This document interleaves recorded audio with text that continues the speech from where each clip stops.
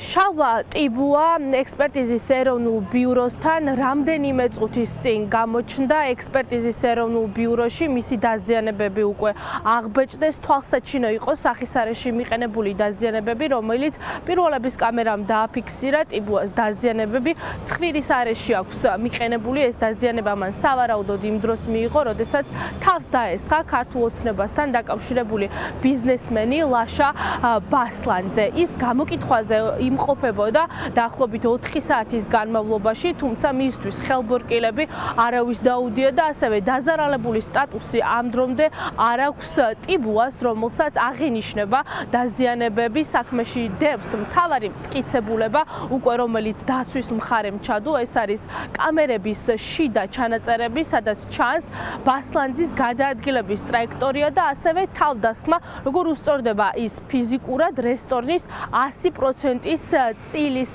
მფლობელს, როგორ ურტყამს სახისარეში, ბასლანძე ამ დროს რესტორანში მარტო არ იმყოფებოდა, თუმცა გელაძის თანამშრომლებს ამ დრომდე ხელბურკილები არავისთვის დაუდიათ. დღეს შალვა ტიბუა, როდესაც გამოჩნდა ექსპერტიზის ეროვნულ ბიუროსთან, ბუნებრივია მასთან ჰქონდა კითხვები ობიექტურ გამოძიებასთან დაკავშირებით, რადგან იურისტებს არ აქვთ მოლოდინი, რომ გამოძიება იქნება ობიექტური, რადგან მტკიცებულებების მიუხედავად ხელბურკილებს ლაშა ბასლანძეს მაინც არ ადებენ, თუმცა შალვა ტიბუამ ექსპერტიზის ეროვნული ბიურო ყოველგვარი კომენტარის გარეშე დატოვა, დღეს მან დუმილი არჩია და მე ჩვენს მიერ დასმულ არც ერთ შეკითხვას არ უპასუხა. გაქვთ თუ არა მოლოდინი, რომ ბასლანძეს დააკავებენ? რა გახდა თქვენ შორის კონფლიქტის მიზეზი? სახეზე დაზიანებები მან მოგაყენათ? ის ამბობს, რომ ეს იარაღი არ იყო და ეს იყო სანთებელა. გემუქრებოდათ ბატონ შალვა?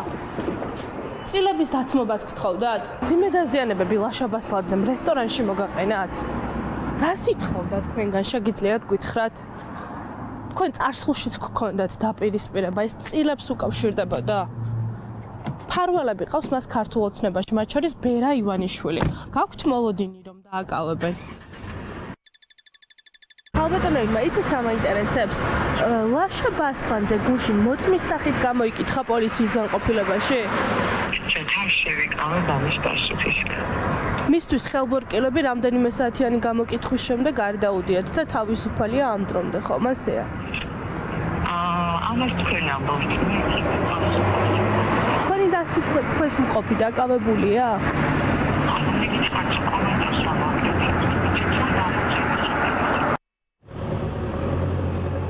რესტორან ქვევრში მხოლოდ რამდენიმე საათის განმავლობაში მიმდინარეობდა საგამოძიებო მოქმედებები, იქ გელაძის თანამშრომლები გამოჩნდნენ, ამას ადასტურებენ მომსახურე პერსონალიც, თუმცა პირველების ინფორმაციით გელაძის თანამშრომლებს არ ამოუღიათ სამეთვალყურეო კამერების ჩანაწერები, სადაც თავდასხმის ეპიზოდი კარგად იყო აღბეჭდილი და რომელიც უნდა ყოფილიყო საქმის მთავარი მტკიცებულება, თუმცა ეს ჩანაწერები საქმეში წარმოადგინა დაზარალებული მხარის იურისტმა. დღეს დილიდან უნდა მისულიყვნენ დამატებით ადგილზე გელაძის თანამშრომლები, გამოეკითხათ ასევე ის ადამიანები, ვინც შემთხვევის დროს ადგილზე იმყოფებოდნენ, თუმცა მომსახურე პერსონალი დღეს პირველებთან საუბრისას ამბობს, რომ დამატებითი საგამოძიებო მოქმედებები რესტორან ქვევრში არ ჩატარებულა, თანამშრომლების მხოლოდ ნაწილი გამოკითხეს, მათი ინფორმაციით საგამოძიებო უწყების თანამშრომლებმა დამატებით დეტალებზე დღეს მედიასთან რესტორნის თანამშრომლებს არ უსაუბრიათ, ისინი ამბობენ, რომ არ იციან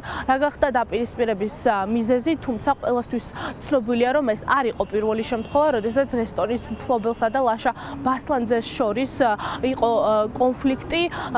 შემთხვევის დროს, როდესაც ლაშა ბასლანძე თავს დაესხა რესტორნის მფლობელს ადგილზე ძალიან ბევრი ადამიანი იმყოფებოდა და სამ ადამიანებითაც უნდა დაინტერესებულიყო გელაძის უწყება, ესენი არიან ოქროს მოწმები და კარგად იციან რა გახდა დაპირისპირების მიზეზი, ასევე დაცვის მხარის იურისტები განმარტავენ, რომ ადგილზე იყვნენ ის ადამიანები, ვინც კარგად დააორგანიზეს ეს თავდასხმა და სავარაუდოდ გათიშეს სამეთვალყურეო კამერები, რომელიც რესტორნის შიდა სივრცეში იყო, ამიტომ გამოძიებას ახლა მათთანაც უნდა გქონდეთ კითხვები, თუმცა მათით არავინ დაინტერესებულა და პოლიციის განყოფილებაში ჩვენი ინფორმაციით ისინი არავის დაუბრუნებია. თქვენი თანამშრომლები, ვინც ამ დროს აქ გუშინ დაკითხვაზე იყვნენ ვიღაცები, მაგრამ ზამუხდა არაფერი არ ვიცით. ჩვენც ვგებულობთ ტელევიზიიდან. რამდენი ადამიანი გამოიკითხა? ვერ გეტყვით არ ვიცი, ნამდვილად არ ვიცი. ის ადამიანები გამოიკითხნენ, ვინც კამერების ჩანაწარებში ჩანან. ალბათ გამოიკითხენ, არ ვიცი, ვერ გეტყვით. თქვენთან დამატებით იყო პოლიცია მოსული გუშინ მაგალითად გვიან ღამით მე მუშაობ 6 საათამდე და 6 საათამდე არავინ არ ყოფილა. მე რა მოხდა? 6 საათამდე იყვნენ კი გამომძიებლები მოსულები, მე რაც ვიცი და ისა. მე მეწავედი და დანარჩენი. კამერების ჩანაწარები თუ ამოიღეს. როგორც ვიცი, მე მგონი კი არ ვიცი, ზუსტად ვერ დაგიდასტურებთ მე მგონი კი. რამდენიმე კამერა გამართული იყო ამ დროს და თქვენ რა მე არა მაქვს მაგაზე ინფორმაცია არანაირი. თავად ლაშა დაბრუნდა რესტორანში. არა. ქართულ ოცნებასთან დაახლოებული ლაშა ბასლანძე, რომელიც ასევე არის ბერა ივანიშვილის ახლო გარემოცვის წევრი, ამ დრომდე თავისუფლად გადაადგილდება. მასთან სულ რამდენიმე კითხვა ჰქონდათ გამომძიებლებს, ის პოლიციის განყოფილებაში რამდენიმე საათის განმავლობაში იმყოფებოდა, თუმცა ის დიღმის პოლიციიდან ჩვეულებრივად ყოველგვარი პრობლემების გარეშე გაათავისუფლეს.